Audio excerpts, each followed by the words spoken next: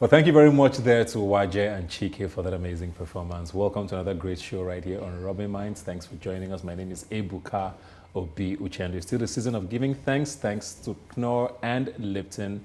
We're celebrating heroes of 2020, those who have done great things and just been exceptional in their work throughout the year. And I'm joined now by Dr. Alero Roberts. Thanks for being here today. Thank you very much for having me. It's been a bit tough. I know. And I talk about 2020, and interestingly, and this is not because I'm trying to flatter you, when I think of 2020, I think of you a lot, because I saw you a lot talking through the pandemic. While we're on lockdown, you did a lot of interviews trying to educate people, you know, on what they should be doing, what they should be thinking, how they should navigate, you know, the virus and all of that. How was the year for you? If you can say that as briefly as you can, you know, going through that, knowing your experience as a medical practitioner and how different was 2020. Maybe that's the question I want to know. Tough. Yes. One word, it was tough. It was really tough trying to navigate the information that was coming out. I mean, being a new virus. Yeah, because there was new things every day. New things every day, new knowledge, upturning knowledge which we had, say, yesterday or a week ago. Things were changing so fast in the beginning. We almost felt as if we were going round and round in circles. 1 minute we're saying this, and the next minute we're turning it over and saying almost a completely opposite thing. I mean, look at what happened with the face masking issue. First we could, probably wasn't important, then it became ultimately important. Now it's like, if you're outside without a face mask, you should be arrested. Yeah. So it was tough. So I always think about this because I know you put yourself on the line a lot, you know, with helping, with educating. Did you at any point get the virus? Oh, definitely I did. Oh, you did? I mean, late May into the first week of June. And how was it? To be honest with you, compared to a lot of people I know, I was relatively asymptomatic. I had a mild fever, I was coughing, and I had this achy, malaise feeling. And because I knew that the chances are I had been exposed, of course, high index of suspicion, COVID until proven otherwise proven. Yes.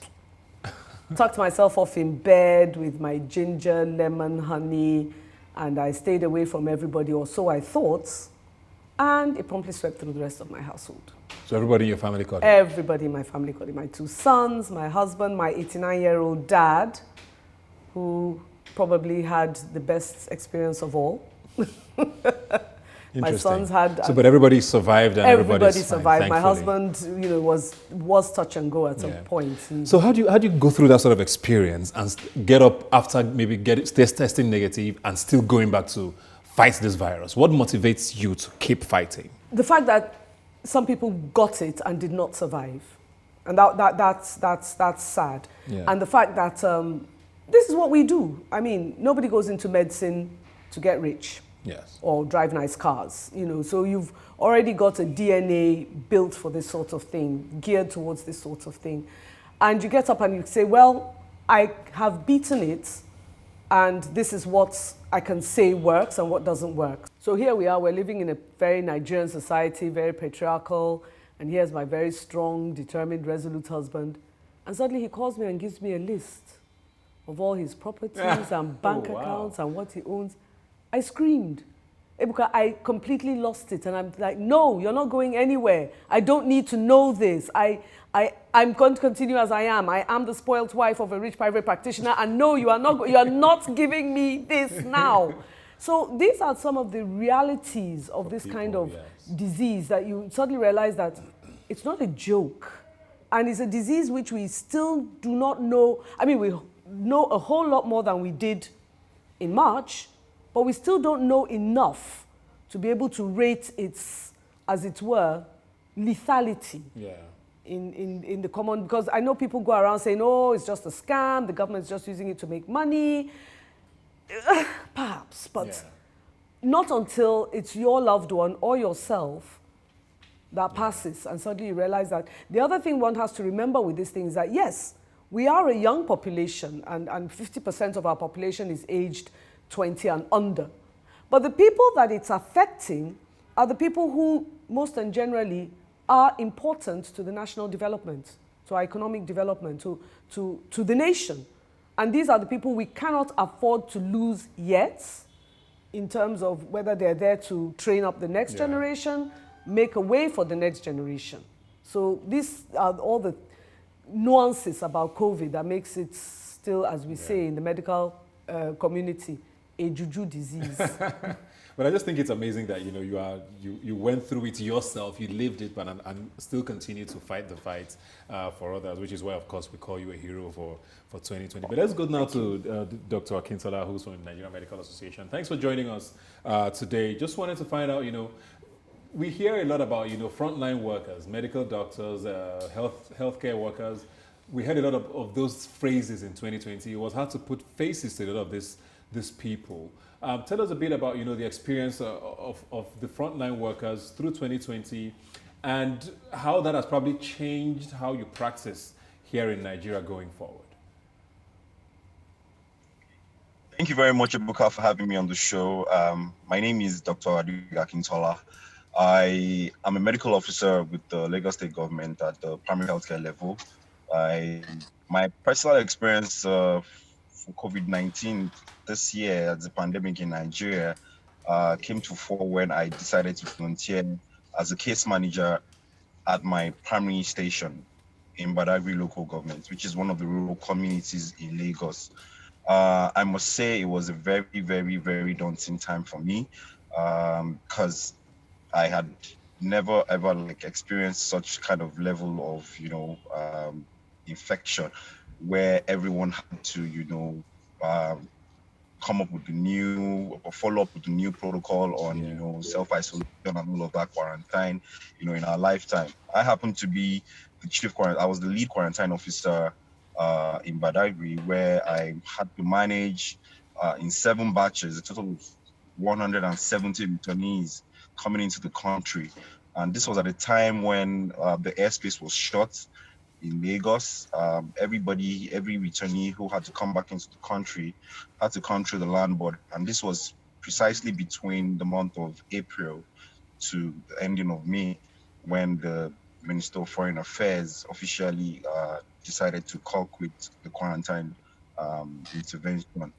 However, I had my personal experience while managing these vulnerable groups of people, because they were high risk individuals coming into the country, from different areas where pandemic already had on spike. I was at some point in July, after the last batch, were discharged, I came down with COVID-19 myself. Wow. And symptoms were quite severe because I suddenly woke up in the middle of the night about 2 a.m. and I found out I couldn't breathe anymore. I was having difficulty breathing.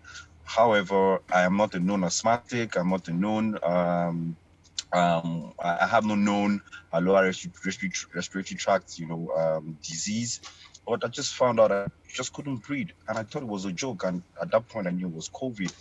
All thanks to God, I had some devices within my space, so I had to come up with my nebulizer and all of that. I had to nebulize myself. I had to go on, corticosteroid therapy and antibiotics, and that was how I pulled through for about 2 days.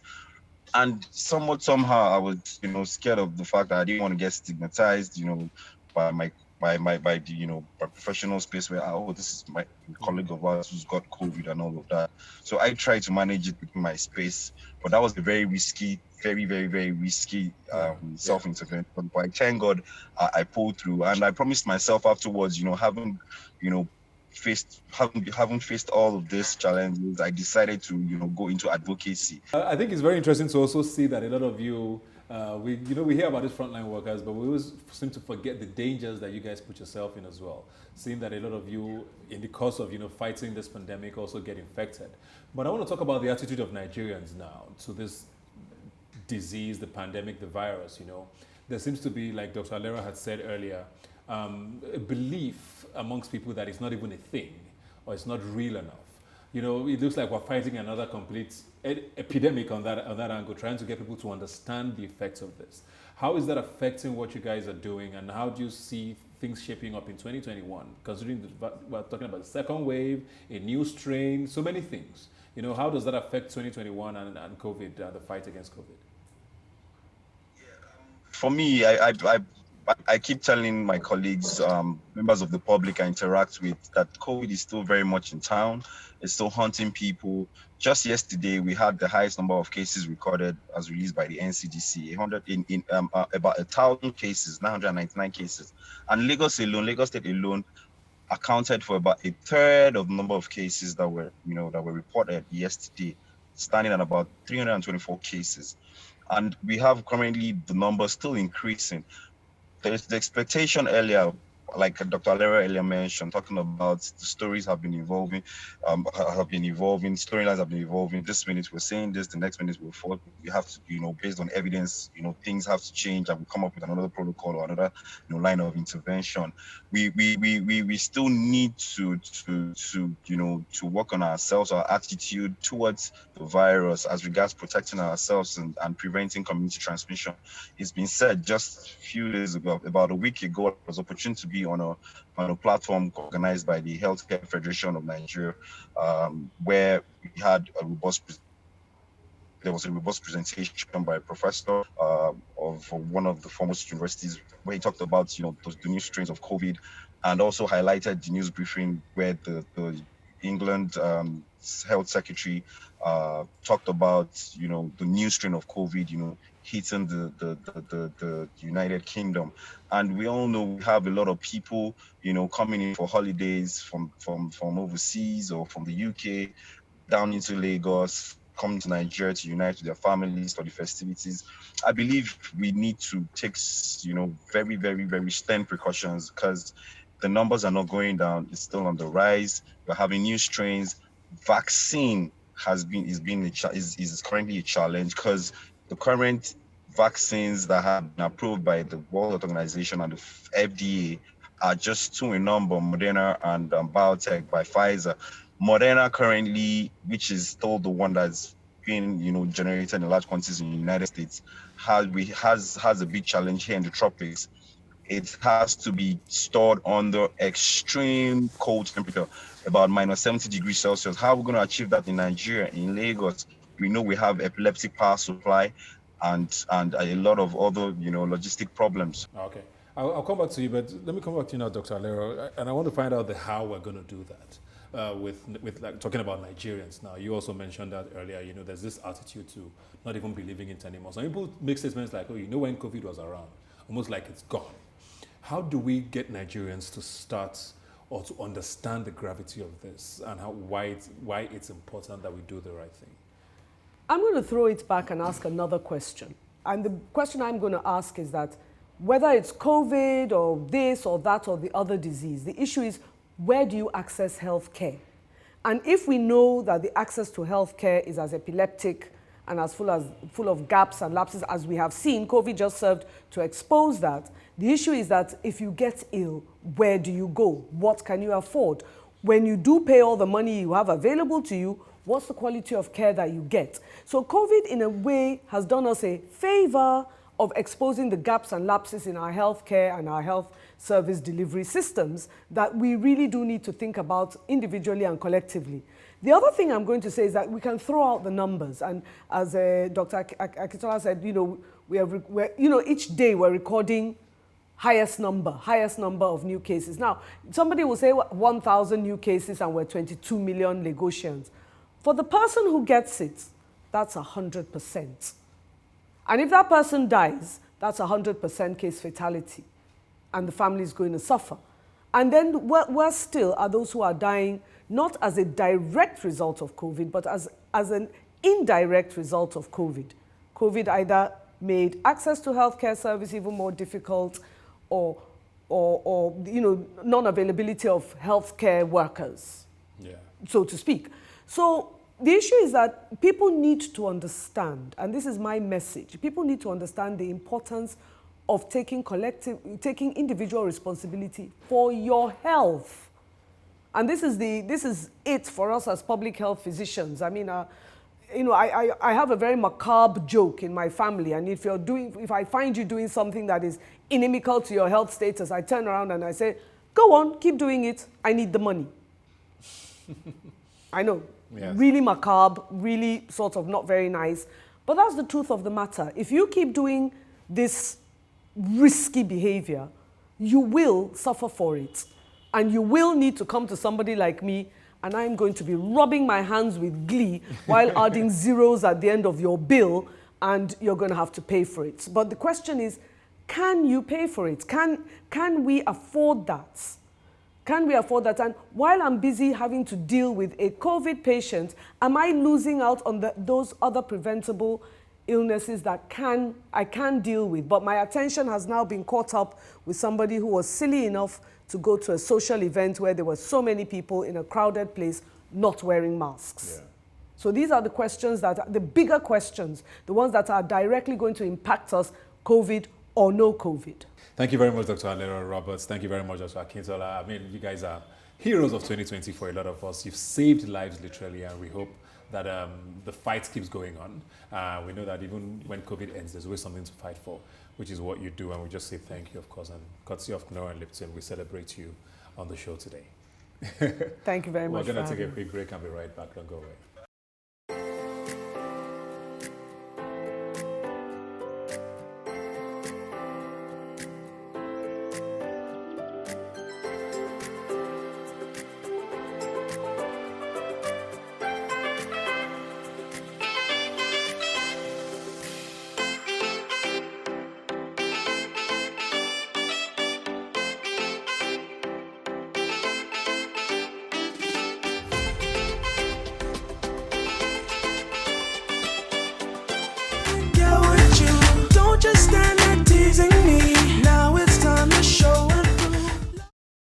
All right, welcome back. Now it's time for us to continue our conversation from last week about the 12 big moments of 2020, and we'll have 6 more to go. And now we're going to be talking about the Ikorodu Bois. If you are Nigerian or you were on social media at any point last year, that name definitely rings a bell with you. They went really international last year, didn't they? Yes, they did. Yes, they did. I mean, Netflix took recognition of them, and I mean that's very interesting because we've never had that in Nigeria, where the international market takes recognition of you, and I mean it was lovely to see. And their creativity is actually very, very impressive to see, you know, what they do with, whether it's a trailer or a music video, anything, you know, it makes you wonder what the thought process behind something like that is, right? And what does it do for the creative space here? You know, you mentioned Netflix. A lot of big-time actors also took note of them, and they even got invited to the premiere of a movie sometime next year, right? I think that works a lot for the Nigerian creative space. I think it's very important when there's the international recognition and all of that. I feel it gives a lot of people the ideas that they can do things and they will get recognized for it. Yeah. And it doesn't really matter what sort of content they're creating and if they're using professional cameras or they're using what they have available at home. And so that pushes other people to push beyond the boundaries and, you know, just create your content. You never know who's looking at it and you never know who wants to see that type of content. And I think that's very interesting for the Nigerian creative space. And, you know, yeah, I mean, 2020 was a very big year for Gen Zs, if I may say that. You know? And I'm talking about doing things sort of out of the norm. Yes. They kind of led the NSAS protest. Yes, we did. But with the creative space in general, you know, what is it about your generation that you think that makes you guys so open to, you know, just conquering these boundaries? Yeah, I think my generation is very different from every other young generation that's come into play. We're very focused on humanity and making the world a better place for everybody in terms of acceptance and representation. We're very focused with social change and social responsibility and looking forward to things like climate change and all of that. So we're just trying to make the world a better place for everybody to exist in and stay in. And so whether you're plus size, whether you look this way or that way, it doesn't really matter to anybody. We're you're human and that's what matters. Interesting. Before we go now, there's been 2 sides to the Ikorodu Bois conversation. You know, people have said, oh, why don't they go into movies? You know, Nollywood needs to take notice of these people and make them actual movie stars. Then there's another debate that says, oh, leave them where they are. They're growing. They're doing something completely different and unique, and there's something there that they could, you know, sort of exploit. Where do you think they stand, and what do you think they should be doing in 2021? Okay, I mean, number one, I would say that, I mean, you cannot dictate for people who did not need you in that point in time to get the recognition that they have. But I think there's always a point for people to understand the development needs to come in. And so I know a lot of people kept saying, oh, it's time for Kunle Afolayan to eat with them and do this with that. And I really I'm very skeptical to what in terms of would the international market still like this type of content if they now know that it's professional? But you also understand that you want to develop, you don't want to stay at the same level forever, and you don't want people to get tired of your type of content. And so you want to move to a certain level where you're like, oh, this is good and this is professional to a certain extent. Looking forward to all the things they have to achieve in 2021. Thank you. This 12 Days of Christmas on Rubbin Minds is brought to you by Knorr and Lipton. Okay, so talking the 12 big moments of 2020, another one that stood out was the ballet dancer, the young kid who broke the internet literally. And got scholarships both from Nigerians and internationally. Where were you when you saw that, and what did you think the first time you saw the video? I mean, I'm speaking from very a perspective that I think is very interesting. The first time I saw it was when Viola Davis retweeted it, and I'm like, okay, that's it. Yeah. This is going to blow. And I mean, it's very interesting that this is a young boy dancing ballet. Yeah. And I He's think 11. I mean, amazeballs. And it's never just about a young boy dancing ballet. Is anybody dancing ballet in Nigeria? People don't even understand that people actually care about ballet in Nigeria. And when it's not, oh, you're not being a medical doctor, like a lawyer, Nigerians are very, not very interested in such. And they're like, oh. And so, I mean, it was very interesting. I'm like, oh, this is going to blow up. I mean, scholarships from Juilliard, and people came with the white superiority complex and white supremacy thing. But I'm like, no, this is not University of Lagos I'm talking about, it's Juilliard. But the best name is good. So I did find it quite interesting. Yeah, you mentioned that, some of how that has sort of shifted the conversation from the traditional things that people are used to. Because even with dancing, even if people are accepting of dancers now, they still wouldn't necessarily believe in ballet per se. Dancing, because it's still very virgin, if you want to say that. And to think that we'll have a school here for that, which is not particularly developed and has produced someone that young, who is a boy even, because most people associate ballet with girls as well. Yes. And you've talked about Gen Zs earlier, opening up the mind. For people here in Nigeria, what does that do for people? I think it's number one. I think that the international recognition that this got, in fact, has opened up the minds to so many people, and it has helped people to understand that, well, the limitations that we've placed on ourselves in terms of career and personalities do not really work. And so you limit yourselves to the ideas of, if I'm not doing this, what we term professionally in Nigeria, you're like, oh, then I'm not going to be successful at it. But this has shown that you could be successful at anything. You could be cooking in your house, and people will notice you and be like, oh, this type of jollof rice is the jollof rice I want.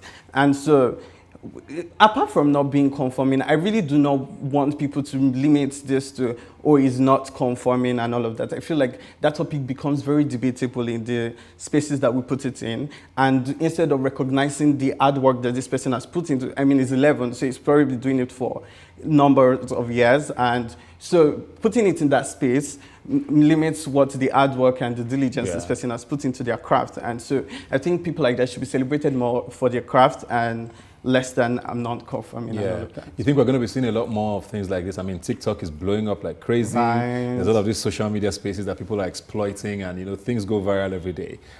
Excited for 2021?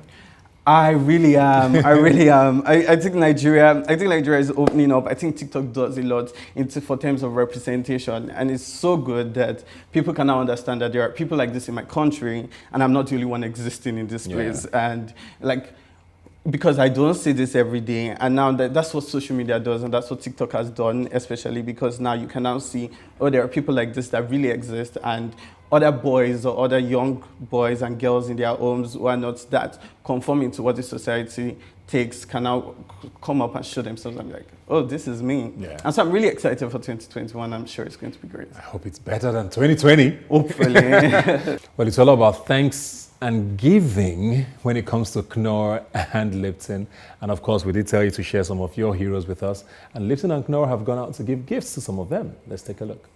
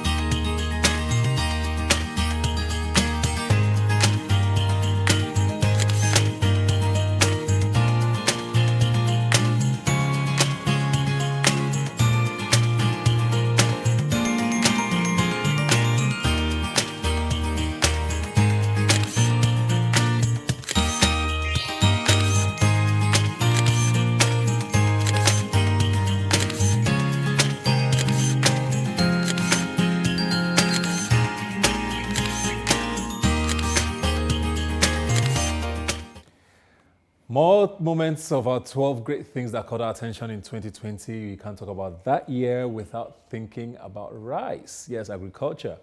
It looks like for the first time in our history, made in Nigeria rice became such a proud thing, and thanks to a lot of the initiatives by government and all of that, made in Nigeria rice has become almost a staple in very many homes. Let's take a look at why. The ban on agricultural products into Nigeria, or the closure of the border, took place in about a year now. It's about a year, and this has also made, to increase demand when the supply has reduced because of the border closure. That has now made people gravitate towards production of rice in particular.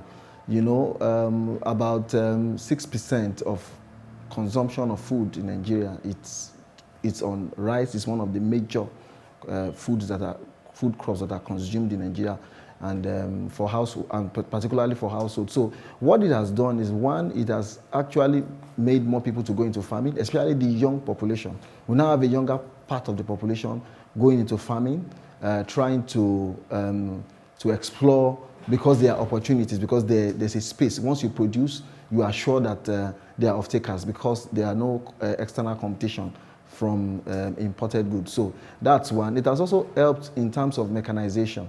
There will be more mechanization. We have drone farming. We have increased our horsepower per hectare. Usually it's about 0.3. It has increased to about 0.5 per hectare in terms of mechanization of farming. And what it does is it also increases the yield of output. We now also have increase in rice mills, small, medium rice mills, and state-owned rice mills, like that of Lagos State, 32 metric tons per hour. So those are some of the things that has done. But it is not so significant. We have not felt the impact so much. We believe that in 2021, 2022, we begin to feel more of the impact of this, because the timing was short. It's just about a year. But 2021, 2022, we begin to see more, but we begin to see more people. And AFCTA2 will also help in terms of increase in production, because we'll probably have opportunities to export rice. This 12 Days of Christmas on Rubbin Minds is brought to you by Knorr and Lipton. Now, 2020 was a very, very, very tough year, but one of the great things about 2020 was that in spite of the mental drain it had on people, there were so many organizations that stepped up to assist and help Nigerians who were going through a tough time. Let's take a look at some of them. Well, truth be told, the topic of mental health has always been a taboo for the longest time, as much as I can remember. I mean, during my training just barely 14 years ago, going to do my residency, I would literally stop after the bus stop, because I dare not say I'm going to the hospital, even though I was a doctor. But the shame and the reality of the taboo was so strong that I could not even stop in front of the hospital. I would have to go past the hospital, then walk back to, But the work of professionals today has made a significant difference, and the work of NGOs, a lot of fantastic NGOs, young people changing the narrative today, has made a lot of difference, especially in the last 3 to 4 years. There are 4 specific areas that has changed today. One, people are better aware of their signs and the symptoms of mental illness.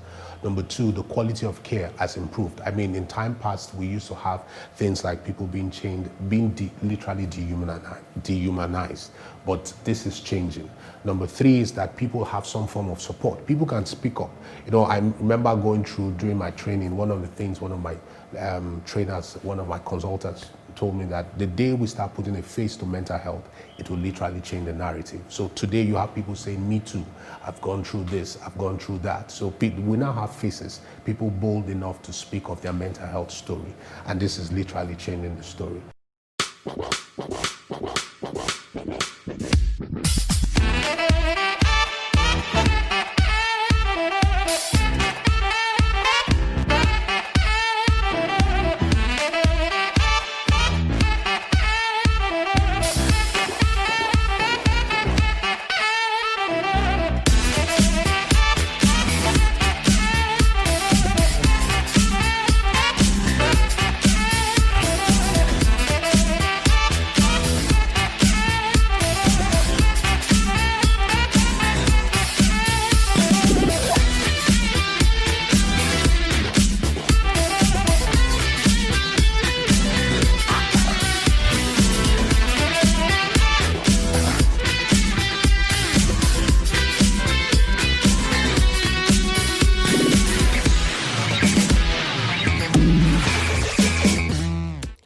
Still talking about the 12 great things that caught our attention in 2020, Anthony Joshua definitely comes to mind, whether he's in his boxing ring or, joining the cause against police brutality here in Nigeria. He was definitely very visible in 2020. Let's take a look. I think Anthony Joshua reclaiming his belt this year in the fight against Cobra Pulev, and it's a very important moment for Nigerian sport, particularly for Nigerian boxing. Joshua's fight is quite important to Nigerians, particularly with the fact that in recent times, Joshua himself has dealt with the issue of really not identifying with Nigeria. And consistently, we've seen him on social media identify with the country, and to a large extent, that says a lot in terms of the interest that Nigeria should have in the career progression of Anthony Joshua. At the moment, he's the only person that we have, as far as the heavyweight is concerned, that is up there. Of course, I know there is if you are Jagba as well, that is doing well, but Jagba is still coming up, he's still coming through the ropes.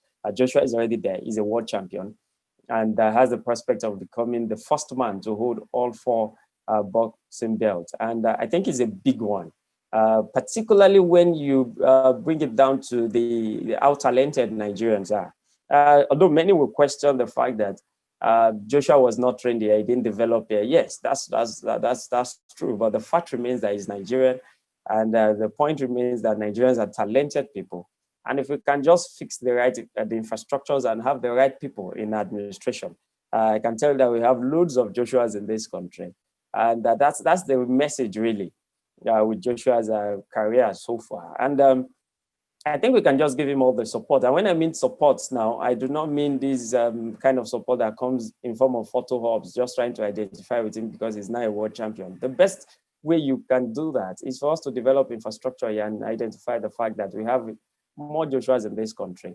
And maybe in future, if Nigeria can, which is quite a dream for me, if we can get him to fight one of his to have a fight in the country, it probably will also be a big one. And now this is one of my favorite 12 things of 2020. For the first time in the history of the the National Basketball Association, the NBA, in the United States, we had 8 Nigerians drafted in one night. Some people say it's 9 Nigerians, but that's arguable. 8 Nigerians were drafted into the NBA in one night, and it looks like the future of Nigerian basketball is very, very bright. Looking at the Tigers, hopefully you do great things coming forward. Let's see. It's a major moment. It's a major milestone for us.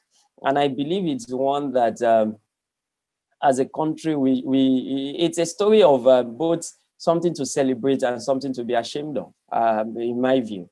Something to celebrate in the sense that 8 players of Nigerian descent, 2 of them, and that's the key thing, 2 of them left Nigeria. They played at some point in Nigeria and went abroad to study, and of course, they are now drafted as among the 8 they were. And again, one of them, yes, born in the US, has been playing with the Tigers, at least in the last year, has been part of the Nigerian national team. So we have at least 3 players that we can say that, yes, there's some kind of Nigerian focus on before they're being drafted into the NBA. And that, again, says something.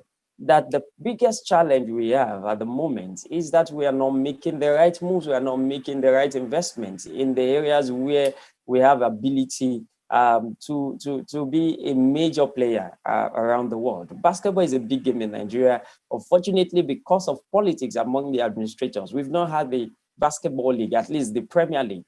We've had the Division 1, but the Premier League has not helped because there have been court injunctions stopping the current board of the NBBF to ensure that we have a league every year. And that's quite shameful. A few weeks ago, I was still discussing with in an interview, official interview now, with the president of the Nigerian Basketball Federation, Engineer Musa Kida. And he also said the same thing, that they're looking at ways if this thing can be settled out of court, or how they can deal with this case, and so that the basketball could be back.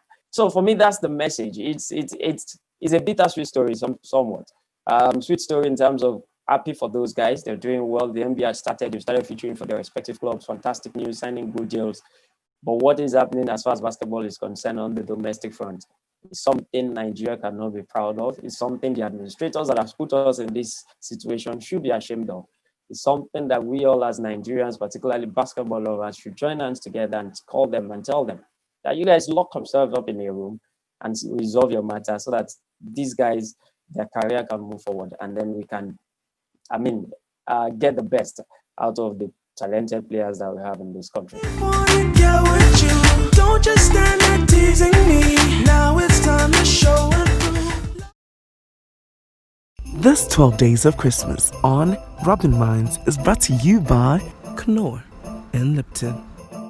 Welcome back. It's still the Thank You series, courtesy of Knorr and Lipton, right here on Rubbin Minds, and I have you with me, Natimi Agbaje. How you doing? Let's talk entertainment. 2020, I know, is behind us now, but it had so many low moments, but a few high moments. Anything stand out for you? 2020 for me, from the beginning, it was more speculations. From December. We've been hearing about COVID. It sounded like something that was very, very far from all of us. That it's in China. It doesn't get to people like us. Like China, sorry. Nothing concern Nigeria with China. But from, say, February ending to March, it impacted the entertainment industry, everybody. Then we knew that, okay, this is serious. So for 2020, for me, things that stood out were COVID-19, and SARS protest. And I think some strides that people made, like Netflix became more near to us. I don't know how. We got more Nigerian movies on Netflix. People like, go and stream my movie on Netflix, go and watch me on Netflix. So it looked like Netflix came further home to Nigeria. Yeah. And Ikorodu Bois and some particular people like Omale. Omale for me was the COVID star, and he's still here today. Yeah. The COVID star, that's an interesting one. But I want to talk about some things that, like I said, 2020 it had so many low moments, but there were things that stood out that made us laugh, at least take our minds off some of the stress of the year. And one person that I think comes to mind from January to December for me was Osita Iheme or Popo. From it was Nollywood. Perfect for there was a meme for everything. It was like when he was shooting those stuff, it was like documenting himself for the future. Like every meme you want to talk about on social media. So the one that now blew my mind was the fact that there was a particular picture he posted on Twitter, and he said, "Thank you very much, I see the love," and all. He stood in front of his car. Then immediately somebody captured again. This is another meme picture. It was crazy. Yeah. But a lot of people have talked about, what that does for their career. And how do you get the ripple effects to them? Because you can't get royalties from memes or gifts or whatever. It's like, how do they translate this? Because they're worldwide stars. Now everybody knows their faces. I think around it further the world. puts them in conversation. And for everybody doing entertainment, visibility, positioning, and conversations are things that actually matter to you a lot. You may be doing very amazing stuff out there if people are not talking about you. So the moment people always say, someone somewhere at the top, someone that matters at the table will still ask the question that, who is this guy? How about we bring this guy to a movie? How about we renew something about his career, bring him in a new movie? Someone is planning something on purpose right now. It might just not be open to the two of us. So the fact that it's trending on social media, the meme, everything is bringing him out conversations and all. I feel that his career somehow will get the brand equity somehow. Eventually. Yeah, eventually. I want to talk about comedy now. People tend to talk about entertainment and how it was affected in 2020, but comedy itself, we hardly saw any stand-up shows at all throughout 2020. How does that affect the industry, you think? With creativity, I know the online comedians, like people call them, they thrived because they had more time to produce content. But the stand-up guys are some of the superstars that we have, but we couldn't see anything from them this year because of, the content in 2020. What do you think that does for the industry? I think comedy, entertainment, catering, hospitality to a certain point, a lot of other industries were impacted negatively because of the restrictions, the lockdown, and even the pandemic. The fact that we can't do a big concert, for example. DMW had to cancel their concert because of corona regulations. Omale will not be trending free Omale and free terms on Twitter if not COVID. So I feel that comedy itself, from the impact of COVID-19, had the good side and the bad side. The bad side might be for the stand-up comedians, people that they thrive on, there's something coming, AY Live in Port Harcourt, AY Live in this. But the same people that frontline these comedy shows are also going digital. Like, they are doing shows on YouTube. Basketball just launched something on YouTube, Papa Benji. AY has been doing his own Call to Bar series on YouTube. So I feel that it has affected them, but they found a way to wriggle out and adapt. It might be slow, it might not be for everybody. For example, those that don't have the resources and the abilities to go digital, or they are actually eating bad, they are eating the bad side of the COVID-19 regulation. So I feel that with time, digital will make things regulated. People thought on 31st of December, COVID would just turn off and 2021 will start on a new note, which of course is not happening. It's still here with us. There's talks about a new strain, second wave and all of that. Are you worried about the industry in 2021? I don't know. I think there's something about Nigerians. We are very hopeful. it's very easy to ignite the hope of a Nigerian. I don't know how God created us that way. I've always known that if COVID-19 is as deadly as it is, Nigeria will suffer greatly because of so many things. We don't have good healthcare system. We don't even have a good way of governing things, of calculating that, okay, we can restrict these people, we can prevent the further spread of this stuff. So I never expected that by December 31st, things would get better. I was just praying that the way we didn't have the bloody death that they were having in other parts of the world, that was crazy, that was widespread, that we don't have that. I don't have big plans for 2021. I just want to say, let's see how it goes. Yeah. I don't want to. I think that's what 2020 has taught a lot of us. Yes, let's see how it goes. Just on that cruise, let's see how it goes. So 2 questions. Who was the biggest star of 2020 for you in entertainment, and who was the biggest breakout star for you? Entertainment breakout, let me start from there. I'll say Omale. Omale came with a very different sound. He came with so many things, so many vibes. Who is this guy? Then as if he has been waiting for this time so much. After people were talking about him, that this guy is not bad, he dropped another EP, and it was a hit back to back. So he's the breakout star. But to say the biggest star of 2020 for me, it may not be what you expect me to say, but I would say the people that laid their lives down at the NSAS protest. Those are the biggest stars of 2020. Yeah. A lot of us were at the protest, a lot of us were there frontlining, doing a lot of stuff. But there was a day that they knew death was coming. Everybody in Nigeria knew that something bad was going to happen that day. CCTV cameras were off, lights were shut down. If I was there that day at some point, I could literally feel that something bad was going to happen. At some point, I was guys, I think I just want to see what's going to happen, and I stepped back. But these people didn't step back. These people were there throughout the shooting, throughout the massacre, in quotes. There was gunshots, there was stuff, they were just waving their flags and doing all that. So for me, they're the biggest stars of 2020. Yeah. Well, that's it on our show today, and we've celebrated 12 days of Christmas. Thanks, of course, to Lipton and Knorr for this series of thanks. Remember, you can always make a list of those you're thankful for in the past year. And it's very important to just put a call across to them. It's very important that we keep connecting people as we face 2021 and hopefully it gets better than 2020 was. Thanks for joining us. I'll see you next Sunday. Say, hey, hey, hey, hey.